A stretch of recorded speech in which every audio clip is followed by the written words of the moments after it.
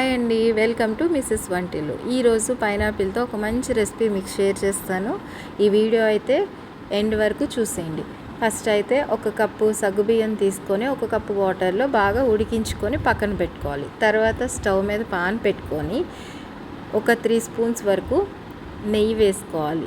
ఈ నెయ్యి బాగా వేడి అయిన తర్వాత పైనాపిల్ ముక్కల్ని చిన్న పీసెస్గా కట్ చేసుకొని వేసుకోవాలి.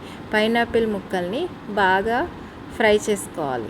ఫ్రై చేసుకున్న తర్వాత మనం ఫస్ట్ ఏదైతే ఉడకబెట్టుకున్నామో సగ్గుబియ్యాన్ని అది కూడా వేసి బాగా కలుపుకొని ఒక 3 కప్పుల వరకు వాటర్ వేసుకోవాలి.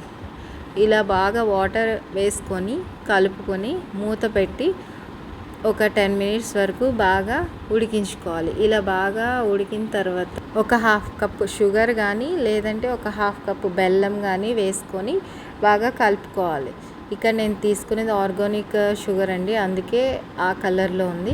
ఇలా పంచదార అంతా కరిగిన తర్వాత జీడిపప్పు కూడా నెయ్యిలో వేయించుకొని వేసుకోవాలి. తర్వాత ఇవన్నీ వేసి బాగా కలిపిన తర్వాత స్టవ్ ఆఫ్ చేసుకొని పాలు పోసుకోవాలి. స్టవ్ ఆన్ చేసి పాలు పోస్తే పాలు విరిగిపోతాయి. పైనాపిల్ ముక్కల్లో పులుపు ఉండిద్ది కాబట్టి.